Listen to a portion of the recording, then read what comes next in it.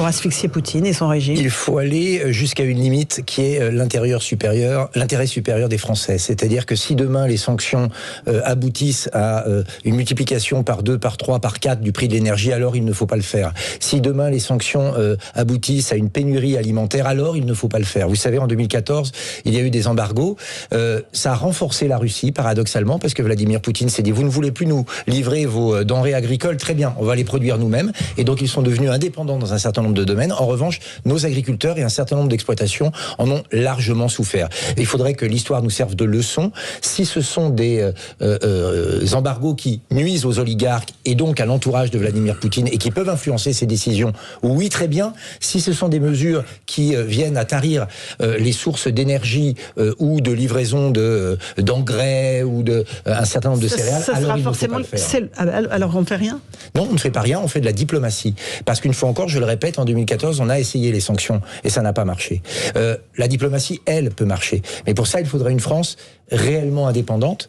Elle ne l'est plus aujourd'hui vis-à-vis des États-Unis ou de Berlin pour négocier, comme le font d'ailleurs des pays, eux, relativement indépendants, comme Israël et la Turquie. Mais il faut négocier, tout le monde y a intérêt, y compris Vladimir Poutine. Éric Diard, vous êtes d'accord avec cette vision de la négociation qui serait la clé?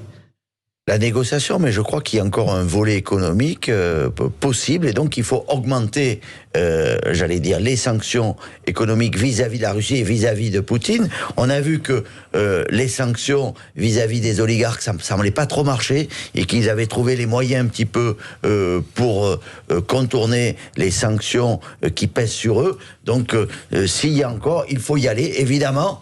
Attention à notre énergie, attention à nos agriculteurs, voilà. Mais à un moment... Ils sont déjà impactés. Ils sont déjà impactés. Et lourdement même. C'est le prix à payer aussi pour obtenir un cessez-le-feu et pour obtenir la paix. À un moment, il faut faire des sacrifices, c'est difficile. Monsieur, non mais un dernier mot. Oui, un dernier mot, monsieur Diard. Faire des sacrifices, vous et moi, peut-être, on peut les faire. Quelqu'un pour qui le plein d'essence, c'est 30% de son budget. Quand on passe de 2 € à 2,20 €, puis à 2,50 € le litre, eh bien, pour cette personne, ça veut dire à partir du 10 du mois qu'elle ne se chauffe plus ou qu'elle ne mange plus de viande. Donc, il faut faire extrêmement attention. Il y a des millions de Français qui sont en situation de précarité. Des millions de Français qui travaillent, qui ont un salaire, qui paient des impôts et qui ne peuvent plus subvenir à leurs factures de chauffage ou d'essence.